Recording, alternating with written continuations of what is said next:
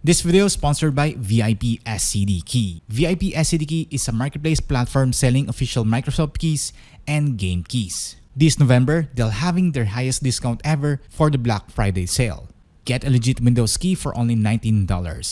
But to make it more great, you can have another 30% discount by using my coupon code XTNC to get it for only $13. If you're in the Philippines, purchasing is very easy. You can use PayPal, PayMaya, or GCash. Promo is until November 30, 2021. Just check the links in the video description and have your legit Windows key ready. Thank you VIP SCD Key for sponsoring this video. Hey guys, Xtian here, back again with a new video. So today I have here the ROG Maximus Z690 Hero Gaming Motherboard, which is the first Z690 motherboard na may feature dito sa channel. So ito yung in-unbox ko previously along with the ROG Premium Kit, which you can also watch dito sa channel ko. And also, we have here the Intel Core i9-12900K Alder Lake CPU.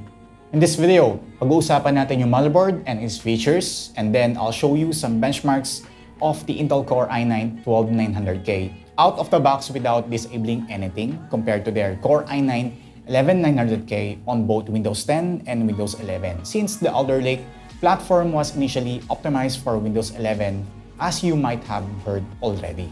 There's also a separate time-lapse build video upcoming featuring the test system for the Z690, so stay tuned dito sa channel for that. Okay, let's talk about the motherboard. The ROG Maximus Z690 Hero being on the ROG Maximus series. Isa ito sa high-end line of the motherboards na nilalabas ni Asus ROG. So it's packed with a lot of features such as the new DDR5 dual-channel RAM support and the new and larger LGA 1700 CPU socket which supports the new 12th Gen Intel desktop processors. And actually, here's some good features ng motherboard na to. Yung backplate mounting holes, as you can see dito sa butas, for the backplate and the brackets are larger and hindi lang basta isang bilog kasi it is actually backwards compatible with the LGA 1200 brackets so that hindi mo na kailangan pang bumili ulit ng cooler or ng new bracket if you have a compatible cooler before. Okay to especially if you have a high-end or expensive AIO cooler gaya ng ROG Ryujin or even air coolers such as the Noctua NHD15. Also, meron din silang CPU socket lever protector para hindi tamaan yung heatsink and hindi siya magagasgasan. There's also the large VRM heatsinks which definitely helps with cooling, especially when we use high-power CPUs gaya nitong Intel Core i9-12900K, as well as high-conductivity thermal pads inside and M.2 heatsinks as well.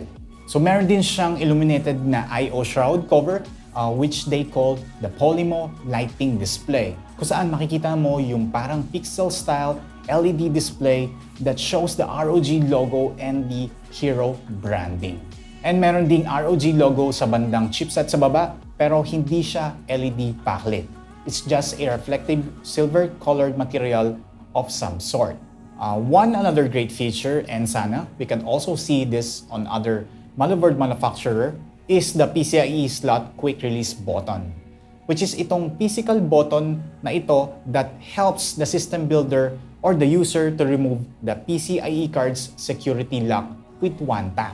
Which is malaking tulong lalo na kung may malaking air cooler and hindi mo ma-reach yung latch na yon without removing the cooler entirely pa or without using tools such as the screwdriver which can damage your motherboard if done wrong. There's also yung kanilang M.2 Q latch and release, which is a feature that first appeared on their Z590 boards. Pero it's really innovative, especially for us reviewers and testers, dahil mas madali magtanggal kabit ng M.2 NVMe SSDs when we are testing things. Of course, performance-wise, meron din itong mga AI features ni Asus, such as their AI overclocking, AI cooling, AI networking, and two-way AI noise cancellation, which I explained before dito sa video ko regarding the ROG Strix Z590E, which you can watch dito sa channel as well. There's also 20+1 power stages with 90 amps rating, microfin alloy chokes, and premium metallic capacitors ensuring stable power delivery because probably Intel's power-hungry chip will need that in here. As well as DDR5 unrestricted overclocking support by bypassing the power management IC or PMIC of the new DDR5 modules with their firmware-exclusive ASUS Enhanced Memory Profile or AEMP. It's like XMP profiles pero since may PMIC restrictions na for the most of DDR5 kits, ASUS have done something in order to bypass this limitation and do it just like before sa DDR4. Connectivity-wise, ang daming available options for this motherboard. Syempre, dahil high-end ito, there must be a lot of it. There's Wi-Fi 6E, 2.5GB Ethernet port, 2 Thunderbolt 4 USB Type-C ports, and 3 onboard M.2 slots. Plus 2 another M.2 slots through ROG's Hyper M.2 add-in card, which is made possible because of the new PCIe Gen 5's huge available bandwidth of 32 GB transfer per second, which is twice the bandwidth of Gen 4, eliminating any possible bandwidth limitation from the use of many PCIe devices simultaneously, such as the graphics card and M.2 NVMe SSDs at the same time. So punong-puno yung back I/O ports, which is you can see here labeled, including a quick BIOS flashback button and clear CMOS button. Very helpful in case you need them. Other features include Aura Sync RGB support with 3 addressable RGB headers than the usual 2. Supreme FX audio, which probably translate to better audio quality. Meron din siyang ROG graphics card holder included in the box. And ROG Hyper M.2 add-in card, which would enable you to add more M.2 devices as well. There's also front Thunderbolt USB 4 header and PD 3.0 standard 60-watt fast charging support for the USB Type-C ports. Meron din itong fortifying metal slots which they call safe slot on both the DIMM and memory and PCIe slots to ensure reliability. Okay, for the benchmark, now that we are done talking about the new motherboard, pag-usapan naman natin yung Intel Core i9-12900K and the Alder Lake platform saglit. As we all know, the 12th gen comes in the new LGA 1700 socket, which is larger than the previous generation socket, meaning hindi siya backwards compatible. And although meron tayong motherboards with both DDR4 and DDR5 support, in our case, we have the ROG Maximus Z690 Hero, which is equipped with DDR5. We're doing our tests here with DDR5 for the 12900K and both on the Windows 10 and Windows 11. Also, we have done some overclocking on both AI and manual overclocking as well para makita natin yung possible benefits. So we have here 2 systems on an open bench, both from Intel as you can see here. Sorry guys, wala akong AMD chip on hand to compare it against. The previous gen Core i9-1100K was equipped with a DDR4 3600 RAM, while the Core i9-12900K was equipped with a DDR5 5200 kit. Both are also running an ROG Strix RTX 3080 as the graphics card and 32GB of RAM. Let's first talk about synthetic benchmarks. Dito lumalabas ang true potential ng 12900K, especially when you compare it to the previous gen. Maybe this is due to the fact na unrestricted na yung power requirements ng Alder Lake. And especially with its new architecture that now features 2 different types of cores, which is yung P cores or performance cores and E cores or yung efficiency cores, which is matagal nang available in mobile chips such as Qualcomm Snapdragon chips, which is commonly nyo makikita on smartphones nowadays. So what it does is theoretically it distributes the load more evenly. Like the background processes will go to the efficiency cores, tapos yung heavy workloads naman and demanding tasks would then be processed by the performance cores. So hindi sila maghahalo-halo into a single core or thread. Here, Cinebench R23 had a substantial, huge difference when it comes to the multi-core score on the Windows 10 and Windows 11. Same case with V-Ray CPU benchmark as well as Blender PMW benchmark. Kitang-kita natin halos 1 minute faster yung render time ng 12900K versus the 11900K, showing the generational gap of Intel's new architecture.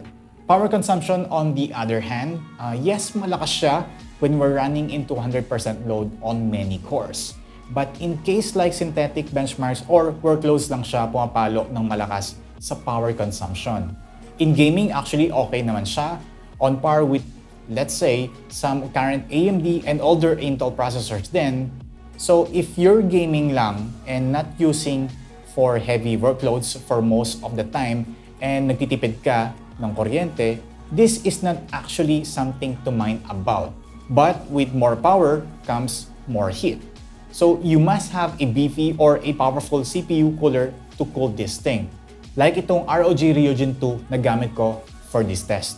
Gaming benchmarks on the other hand, we've done quite some games. Although as you can see, medyo may problem lang ako sa 1% low. On some games on both Windows installations since may stuttering na nagaganap and I think it is due to my test hardware. But the average FPS is the one to look at in this case. And in some games, there's a significant difference between both operating system. Then for the 12900K on both 1080p and 1440p resolutions. Mostly all at ultra settings, so most of the time yung mga FPS values na nakita nyo dyan is still more than enough for these games to be playable pa rin.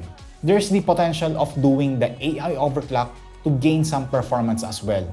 And hindi ko na rin marirecommend pa to do a manual overclocking unless you know what you're doing. Since halos pares lang din naman sila ng AI overclocking unless you have sophisticated tuning knowledge or cooling system that can help beat the AI overclocking recommendations, such as overclocking the cores manually and setting the voltage in order to get lower heat output. And finally, to wrap this up, honestly, it is hard to recommend going with the 12th gen platform despite the chips showing some signs of power and competition with AMD's offerings, like their Ryzen 9 5950X and 5900X. Mainly due to the high prices of the components for the 12th gen platform, such as the new DDR5 chips and the motherboards, ika nga nila early adopter stacks. Pero kung hindi mo naman problema yung pera and you want to try the new 12th gen platform, again, yung motherboard natin, which is yung ROG Maximus Z690 Hero, hindi ka bibitin nitong motherboard na to when it comes to overclocking as well as on its features, and it is one of the aesthetically pleasing Z690 motherboards so far. Kaya it should be one of your choice when picking a motherboard for your PC build. For the CPU, kung hindi mo naman problema yung heating and high power consumption nito at heavy workloads, the 12900K is an easy pick considering that it is cheaper than the pricing of the Ryzen 9 5950X. Alright, so guys, ito lang po yung part 1 ng benchmarking and yung tinest ko yung gaming motherboard ni Asus, which is the ROG Maximus Z690 Hero Gaming Motherboard. Ayan, so hinati ko po sila sa dalawa. Ginawa kong part 1 yung benchmark and yung part 2 yun yung time-lapse PC build video. Hintayin nyo yun. Pasensya na, medyo natagalan kasi na-bend-pin ko po yung motherboard. Guys, ayun. Stay tuned, yung may upload akong video dun sa vlogging channel ko. Or baka hindi to ko na-re-upload paano ko na-bend-pin ito. Maglalabas rin ako ng video tutorial sa 12th gen para makaiwas yung mga ganong bend-pin. Okay, maglalabas ako ng step-by-step guide or baka bumili ako ng processor ng Intel. Ayan, stay tuned for that. Okay, there you have it. Thank you guys for tuning in. Ako upload sa Xtian, so like the video, subscribe. I'll see you on my next PC build. Next video. Bye-bye guys.